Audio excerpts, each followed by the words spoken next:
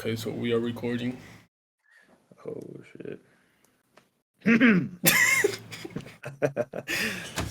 right, well, if you want me to do the intro, I can do What's up, guys?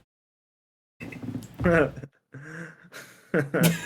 right, let's just start talking. We'll do the intro later. Well, actually, it's probably good if we just do the intro at the end so we can recap on what we Yeah, talked about. yeah, we can just do the outro at the beginning, then the intro at the end.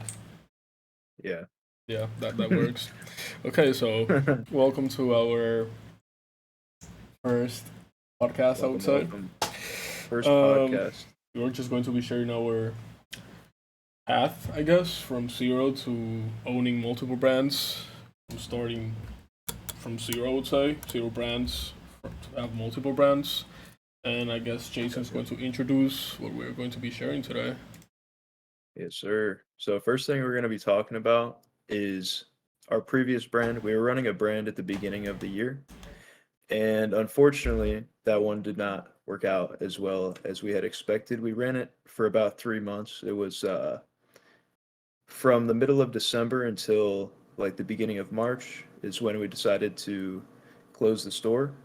But the first thing we want to go over is kind of how that brand went, why it ended up failing, and then we'll get into more about the future plans, what we've got going on now, what we're planning on, and the moves that we're making to get back in the game.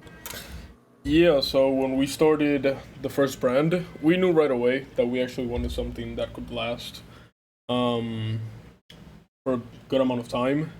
And we started testing multiple products that could be brandable. We had a small criteria. Basically, customers will need to come back to us. It had to be in a niche that could be branded. So we started testing things like Wrist Dust, which was the name we gave to a volume hair powder. Then we tested creams for tattoos, I think. Then we Yeah, we tested, tested. yeah, mascaras, Oh yeah. eyeliners. We tested a good amount of products until we actually stumbled with the. You can make. You have the honors. Collagen masks and spray. But yeah, so the general idea, at least our criteria when we first started, was we're focusing on goods that were consumable, basically like people use them, and once they use them, they have to buy it again if they want to keep using it. So something like that that could either be repeat customers or subscription based model, basically. But aside from that, we just were looking for low cost of goods.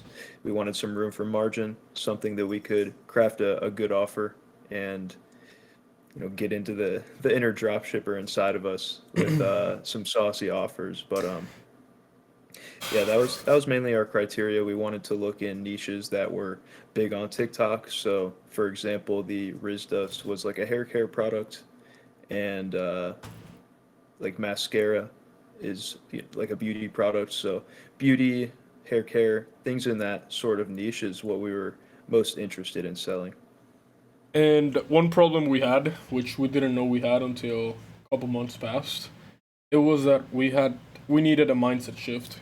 Because we come from normal drop shipping, and we thought that we could actually run a brand, thinking like drop shippers instead of brand owners. And that was a mistake that we had even choosing the product, making no quality checks, simply focusing on COGS and offer ads. And well, once we actually went with the collagen masks, it was time to test. And how did the test go, and when did we start? You can give them a little background on that.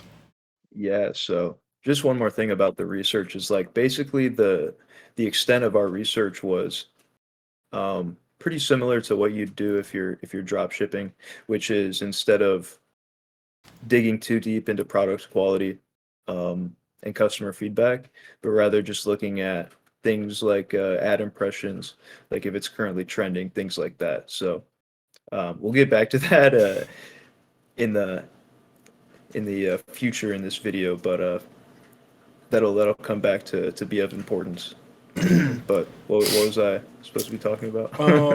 Test basically. We started Oh yeah, on okay. December 16th, I would say, Yeah. and December was the first month. The test was pretty okay, I would say. We had a few sales on the first day. We tested a few offers. Or you can continue talking about the test. Yeah.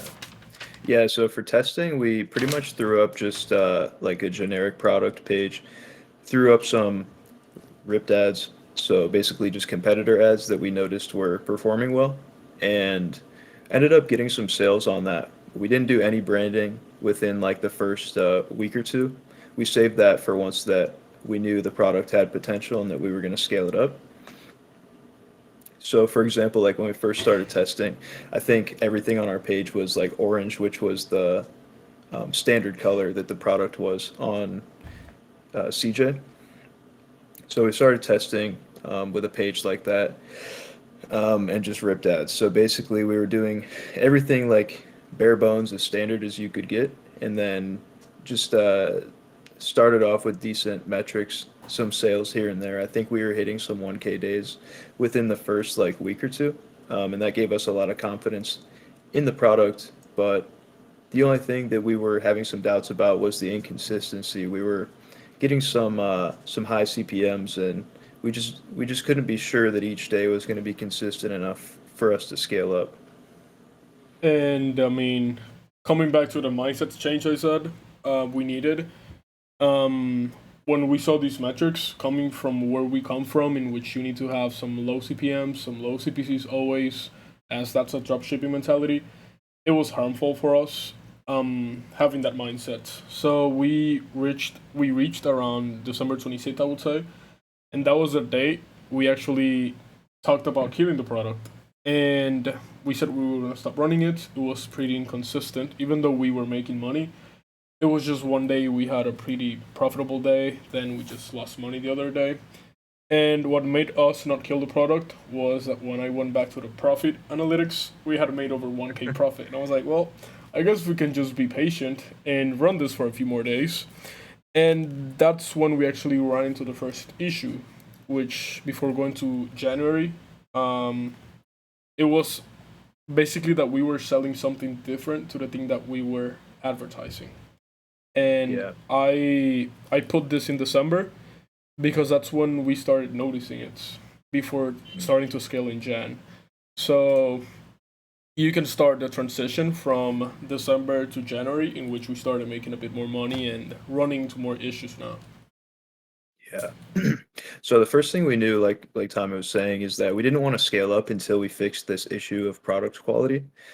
Basically, what the product had promised was that the mask would dissolve as it was placed onto your face, and that it would dissolve into your skin to like moisturize and hydrate it. But we found out that the mask actually didn't didn't dissolve at all when they would like put it on their face and spray the spray on it. So we knew we needed to get that figured out. Again, we were trying to start a brand here, so we didn't want to be selling a product that was low quality and definitely not different than what we were advertising. So the first thing we did was talk to a couple different suppliers. We had talked to CJ, we talked to a private supplier to see one who could get us the proper product and quality, and two to see who could get us the best price. Because at this point we were knowing that okay, we've been consistent. We thought that we could scale up, so we just wanted to get a few of those small problems fixed before we started really raising our budgets. Um, and I'll let Tommy take over here if he has And anything to say. yeah, so that's, well, we were talking about January, and that's when we started moving. Like he said, talking with private suppliers with CJ. We noticed we were selling toilet paper in the masks. They didn't dissolve. They didn't do anything. So we started getting some chargebacks. Customers were not happy, and that was not what we were actually seeking with our brand. That's why we wanted to start a brand. And what happened in January, right when we actually wanted to start moving faster, Chinese New Year actually happened and started. And for you guys that don't know what Chinese New Year is, basically a holiday in China in which factories are closed, and it lasts around 3 weeks, I would say. And right when we were actually going to pivot from bad quality to better quality because we made the necessary adjustments, everything closed. So we closed January with around 55K in sales, I would say. Margins were pretty healthy. We didn't have a lot of problems with margins. We had everything actually nailed down. Like we were pretty consistent. We just needed to increase budgets to keep making money. But we were kind of scared because we knew what was going to happen, and it happened.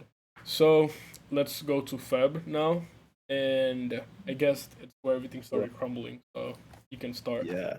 And actually, you brought up a good point about having things dialed in. I think we're talking a lot about like the bad things, but we can also shine some light on a couple of like Yeah. good things we did too, because we wouldn't have done over 100K in sales if there wasn't like something good that we did. And most of the good stuff was on the front end, like what we were advertising to customers, what we were showing them on the website, was clearly like speaking to them, making them want to buy the product.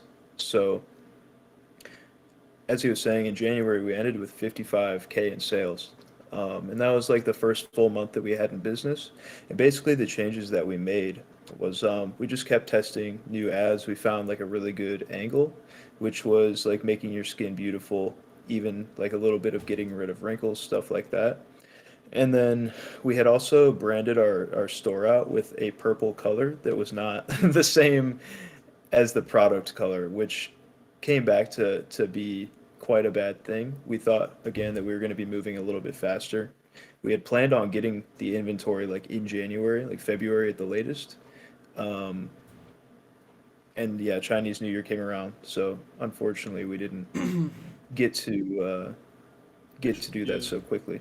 So, well, going back to what you said about back end, for all of you potential brand owners that are seeing this video, back end we learned the hard way because we come from a place where back end is actually not paid. Like we didn't actually pay much attention to back end. Back end is actually the structure that's going to hold your business up. If you don't have a tight back end, if you don't have a good back end setup, your business is basically going to die. And we we got knowledge of that basically because when we started seeing all the problems we were getting, what we started doing was we hired someone for email marketing, which actually helped us make more money. Um, but then the other things we didn't have under control were the things that basically Chinese New Year took away from us. And it was product quality and delivering on what we promised. And that's where problems started. And like Jason said, we actually did a few good things. We were able to go multi channel for advertising. We added Facebook, we had TikTok, and we were pretty consistent in both. We had good systems, we had good upsells, we had pretty good offer, I would say. It was a consistent offer. We had SMS set up. It was pretty good also. So yeah, now into Feb. I think Feb was where everything actually like we could see the problems or the problems of not focusing on quality from the start. Everything showed like here from Feb to March. So you can introduce how Feb started, which was actually a pretty good start, and then how everything was how everything started to Yeah. happen. Right. So between the time Chinese New Year started and ended, and actually a couple weeks after that, so like middle to end of February, um, the shipping was a bit slow because of Chinese New Year, of everything going on, logistics being closed. So we weren't getting as much customer feedback as we would have needed to like know more quickly that it wasn't a good experience for customers. So in the midst of like all these problems that we weren't fully aware of yet, we were still scaling up.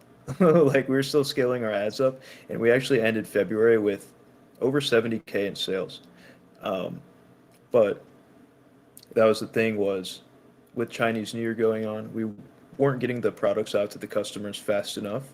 So they weren't actually able to like open the package, go through the full experience until late in the month in February. And by that time, it was a little bit too late for us to like go back and fix all those problems right away. So what started to happen was we were getting a lot of negative feedback just to start with. Product quality, product package was just it wasn't the same as what was being advertised. So customers weren't super happy about that. So we and we were doing our due diligence to give these refunds to customers that weren't happy, but we were also getting some chargebacks at the same time. We had a customer service representative who was handling all the customer tickets, making sure that at the very least they were getting a refund if they weren't happy with the product. But it got to a point where things were just moving so slow that um, it started to not look so good for us going into March. Let And right Tommy. before March, well, a bit before March, because of all the chargebacks we were getting, Shopify actually gave us a payment hold and started holding around 50% of everything we made. Mhm. So now our margins were smaller, our refunds were increasing, chargebacks were increasing. We didn't know when factories would open and when were we going to be able to get our custom product. So we started getting, well, having all these doubts with no answers. So we didn't know actually when everything was going to be fixed. We started, but we didn't have access to all the revenue we made, and that's when we went into March. Mhm. March was, Let's oh, yeah, sorry. no, it's okay. Let's talk about the custom package and like what we were planning on doing, like custom package, and just kind of touch on that for a Yeah, minute because it wasn't like we were just selling this product the whole time and we weren't trying to get things fixed. We were trying to get product quality and product package figured out. So what we did was we got the dimensions for the package, and we had a custom package laid out for both the masks and the box. So that was ready to go since like probably the beginning of February. We had this custom package ready, but the factories were closed. So we get through Chinese New Year. We finally get to start the package, and the package itself to make that is going to take another 7 to 10 days. So this is another 7 to 10 days on top of already like the 2 months that we've been waiting to try and get this custom package figured out. And so the time there wasn't enough speed, basically, is what I'm yeah, saying. It was super slow, and and especially when you're starting a brand. I'll go for it. yeah. So I was just going to say that besides the 7 to 10 day waiting well, period we had, um, that's hardly right there.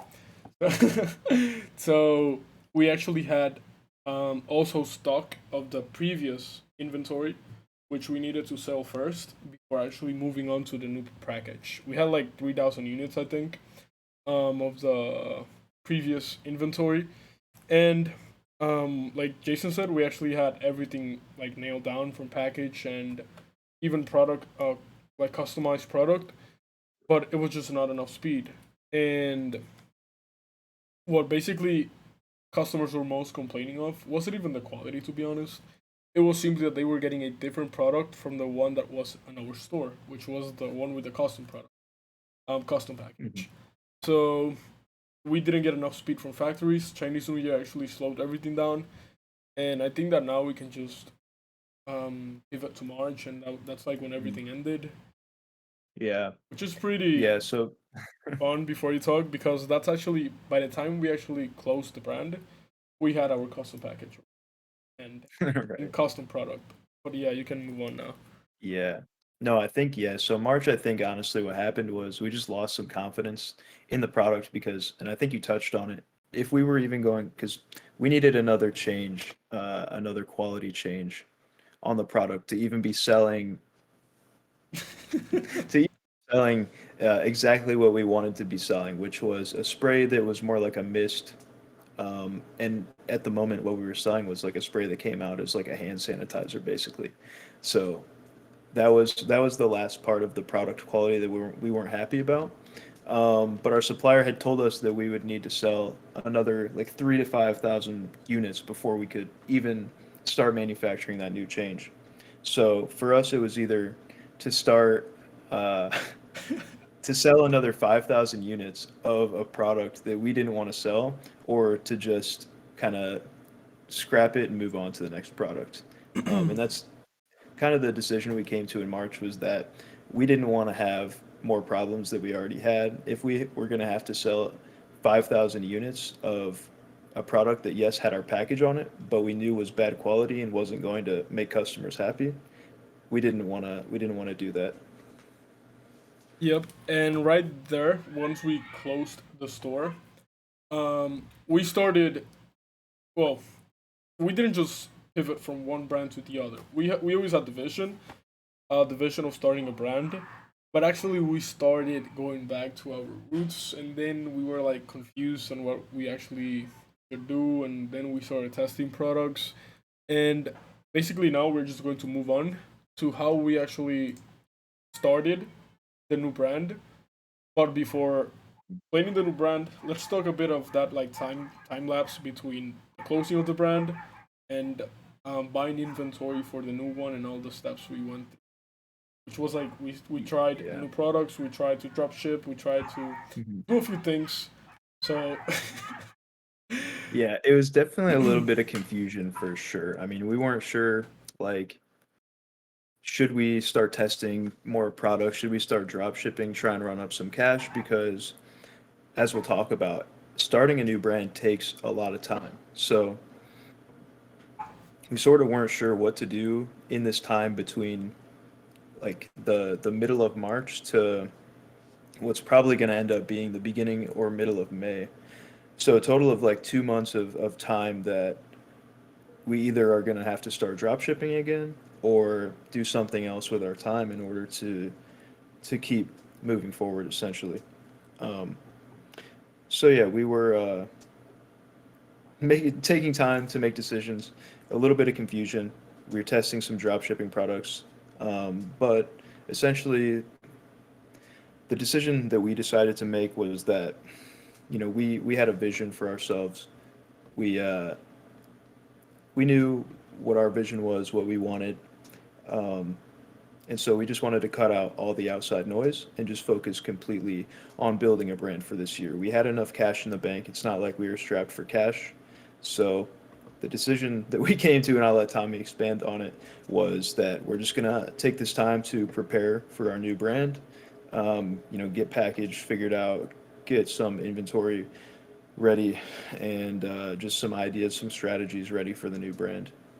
yeah, so one of the most important things I think, well, I would say that we did before actually just moving on and starting the brand from scratch. We actually took notes, not actual notes, but just like mental notes, I guess. We learned about what actually made our first brand not successful, or at least not achieve what we actually envisioned, which was customer satisfaction and providing actual value to the market.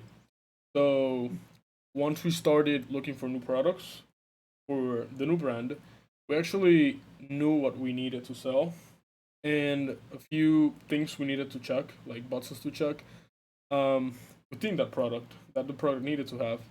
So after we had like those weeks of testing random drop shipping products, and then we made the decision to stop drop shipping, basically because we were not happy doing drop shipping. It was something that we didn't enjoy. Um, we started looking for a new product, and we knew what we needed to do. We knew we needed to brand the product from scratch. We needed to change the advertising strategy because the niche is pretty competitive. So we knew we just couldn't come here with our ads, like ripped ads, CapCut edited ads. We needed something different, and we knew that also.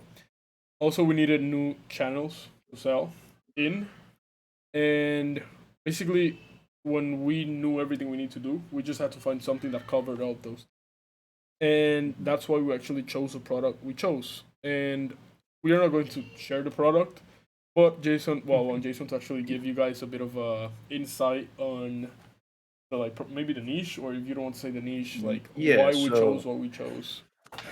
right. So there was a few, it was very similar to our previous research strategy, which was like we wanted to find something in those like returning customer potential, like beauty or hair care or skincare type niches where customers can come back, they can return, and it solves a clear problem.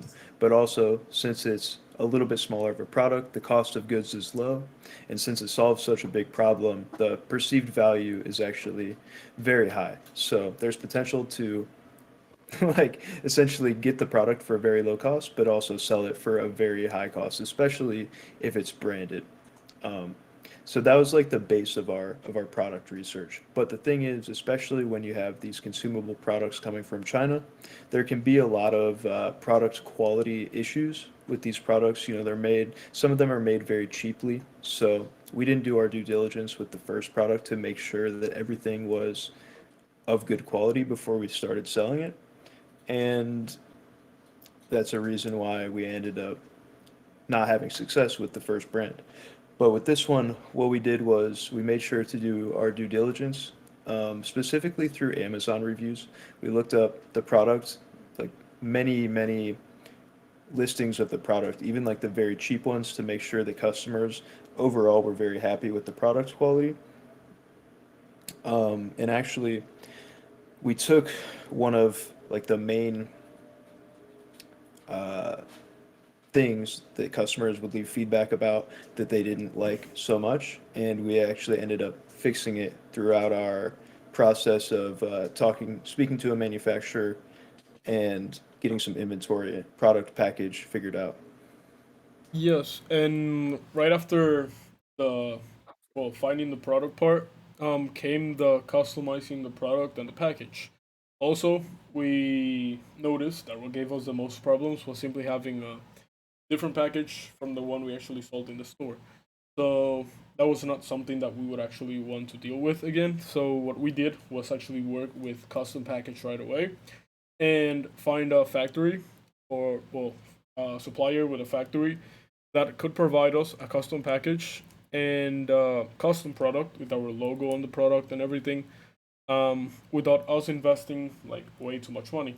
And because of the product is being really cheap, actually helped us not invest much money and actually buying a good amount of inventory that would allow us to custom the package and customize also the product itself.